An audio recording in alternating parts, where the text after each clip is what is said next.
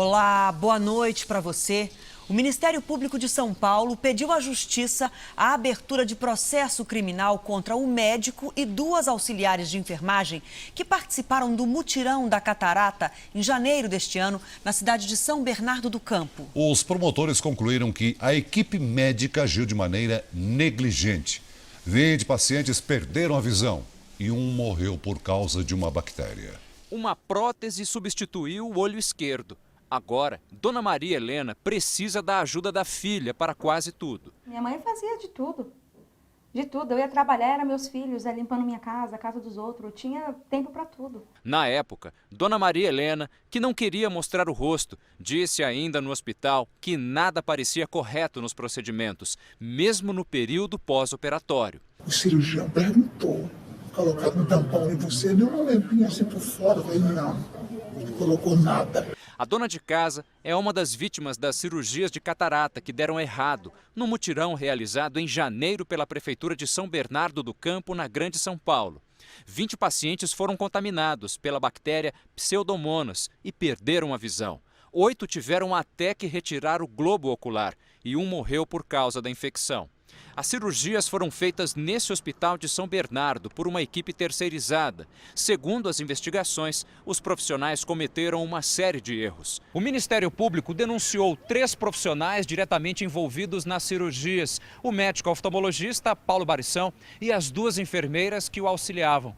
Para a promotoria, eles cometeram dolo eventual, pois ao manusear os instrumentos nas diversas operações sem os devidos cuidados, assumiram o risco que algo grave poderia acontecer. O próprio indiciado, o Dr. Paulo, no interrogatório dele, ele fala que a única coisa que ele fazia entre um paciente e outro era trocar as luvas.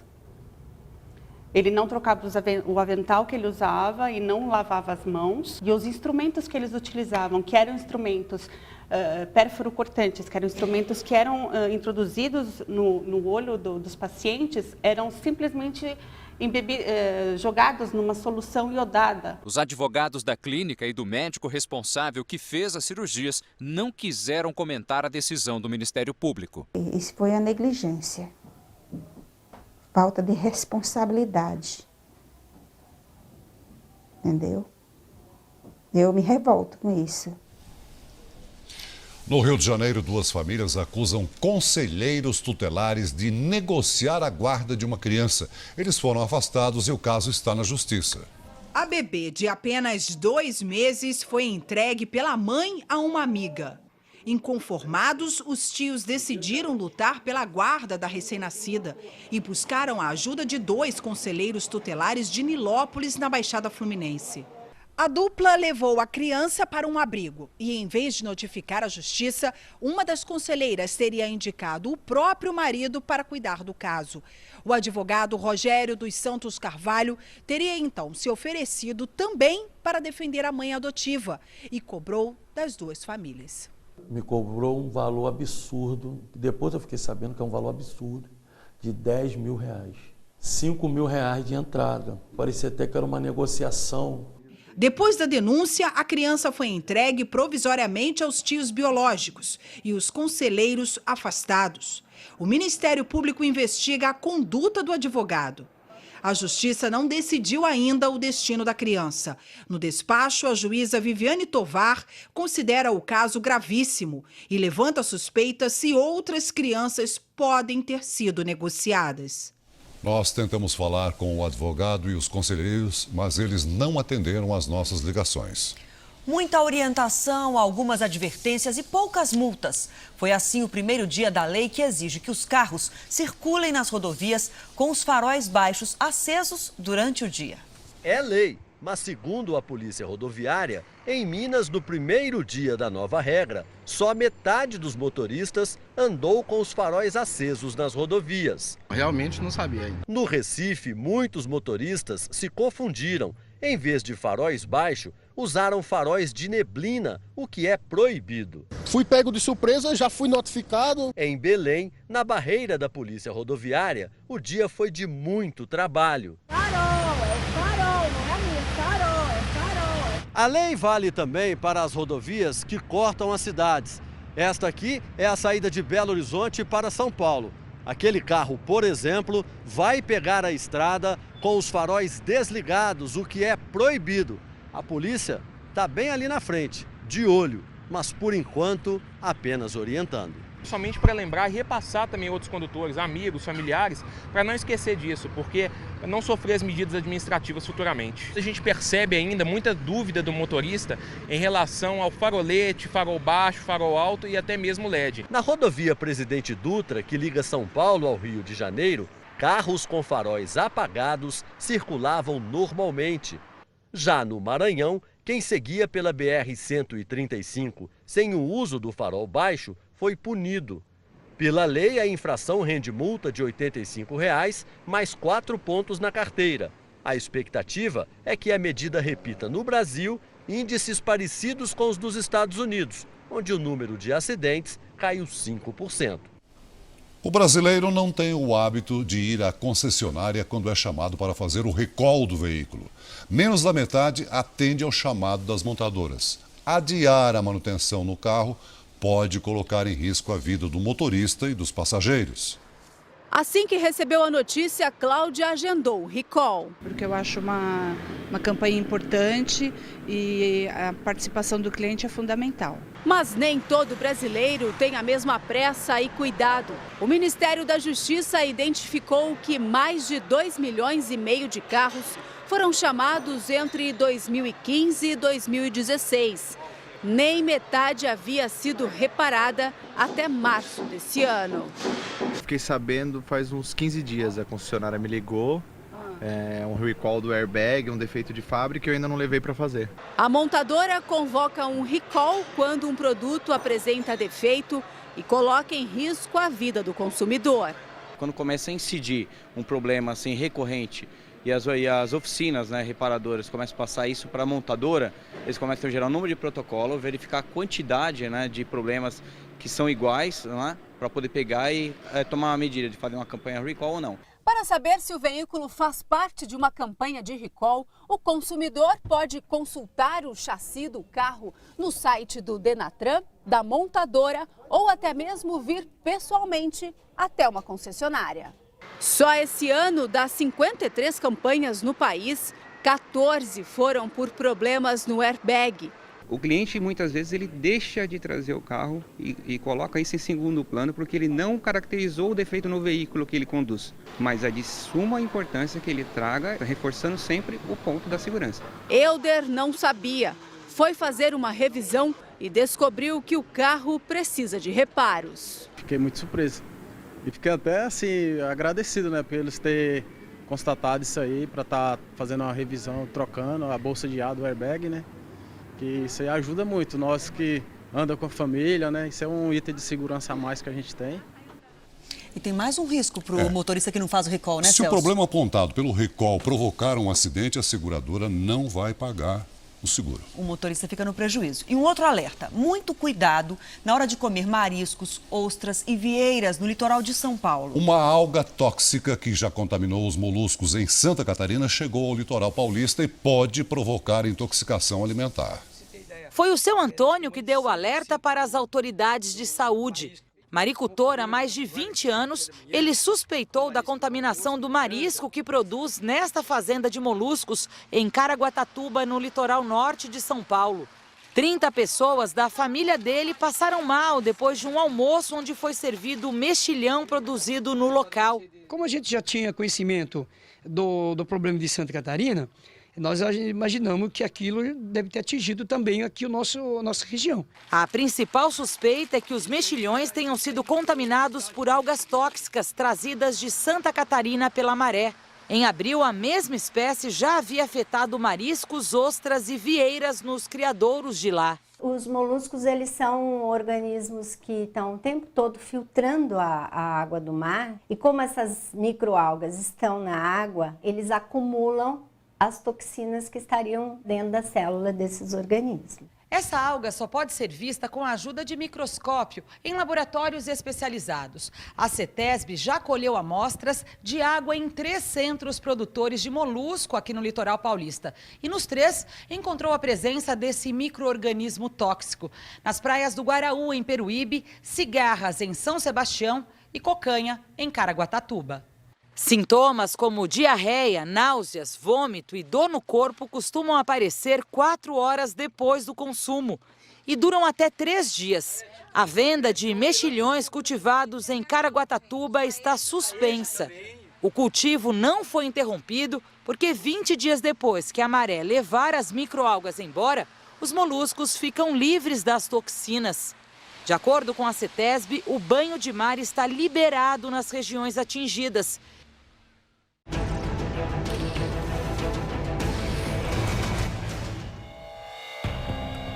Em São Paulo, os cones cercam a área da pista em reforma. Funcionários precisam fazer reparos no asfalto, mas um carro estacionado atrapalha o serviço. Eles, então, resolvem posicionar a empilhadeira em frente ao veículo para tirar as rodas dianteiras do chão. Os operários empurram o carro e retiram do local. O veículo é deixado mais à frente na rua. A Eletropaulo informou que vai notificar a empresa que fazia os reparos e vai indenizar o proprietário do veículo por causa de eventuais danos. A inflação perdeu fôlego e os preços subiram numa velocidade reduzida em junho. O índice registrado pelo IBGE é o menor desde agosto de 2015. É uma notícia que os brasileiros se desacostumaram a ver. Dessa vez, a inflação desacelerou. Em junho, foi 0,35%, menos da metade da taxa do mês anterior, 0,78%. Mas será que as famílias perceberam essa diferença? Aqui na casa da Eliane, por exemplo. Deu para notar? Não, ainda não deu para notar muito, não. Na prática, indo ao supermercado, parece que está tudo muito caro ainda. Mas vamos falar disso tomando um cafezinho? Claro, vamos lá. Eliane, o café é um exemplo, né? O café é um item que ainda não abaixou, não. Tá bem carinho ainda no supermercado. Isso que aqui é café puro, né, Eliane?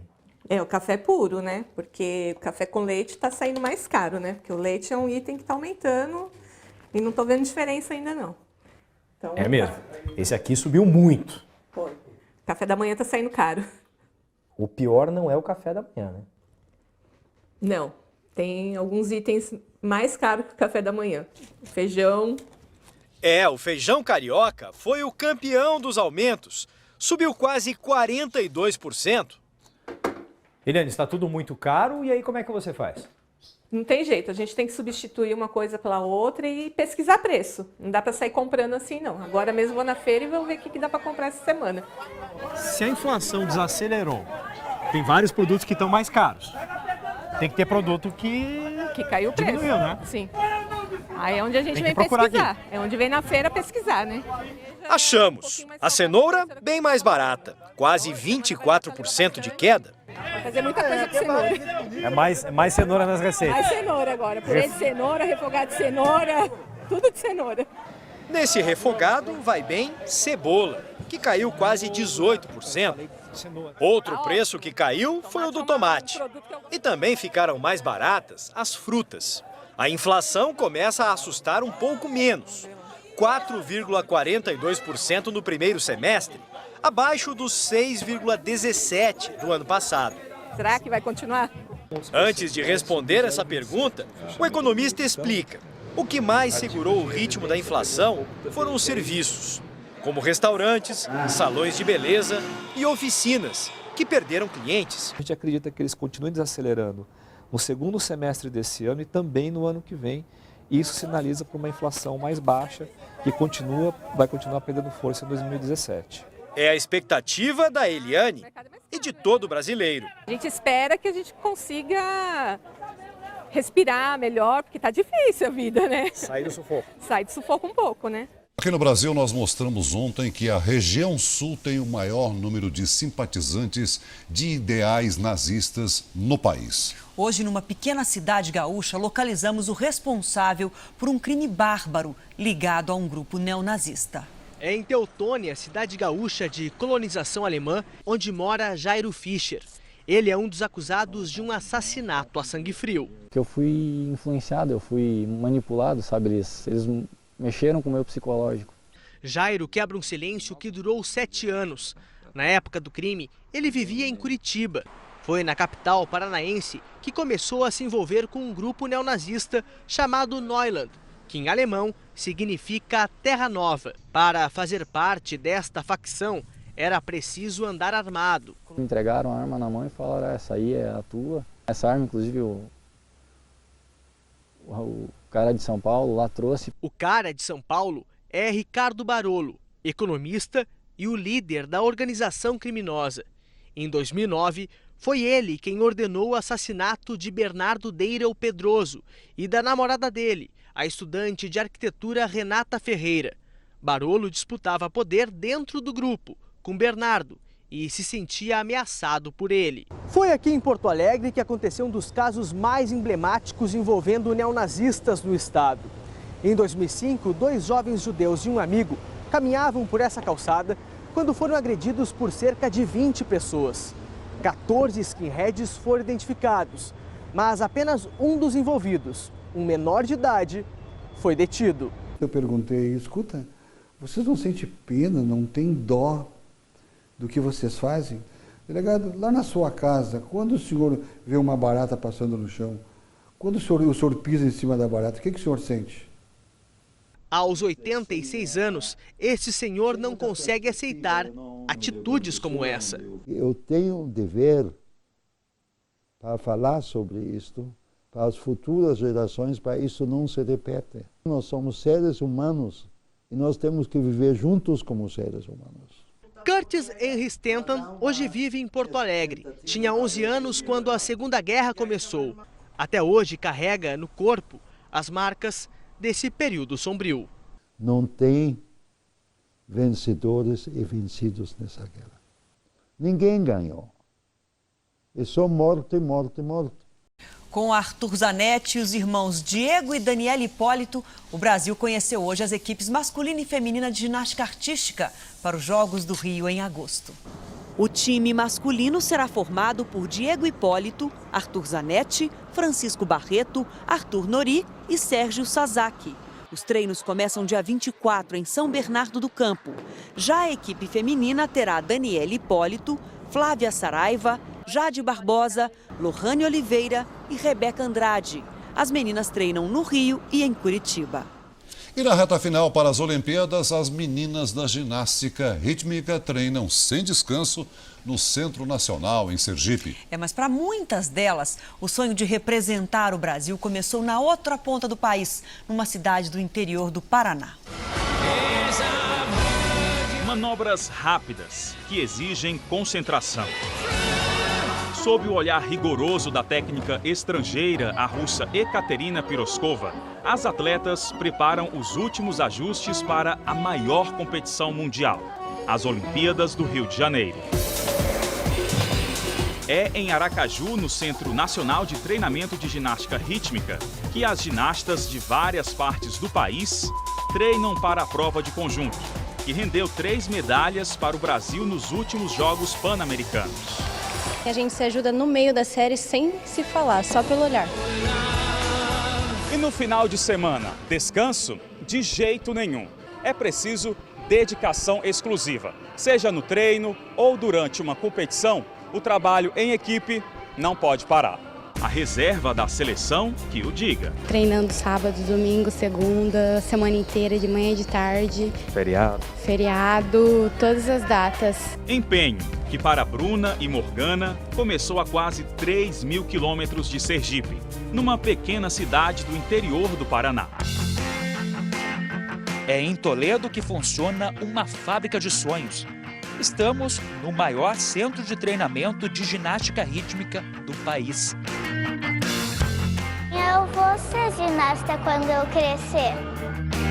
Eu quero chegar até as Olimpíadas. O projeto foi erguido há 26 anos com a ajuda de empresas privadas que acreditaram no esporte.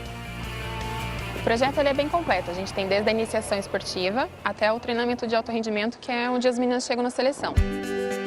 A gente tem uma crença aqui que é a transformação através da beleza.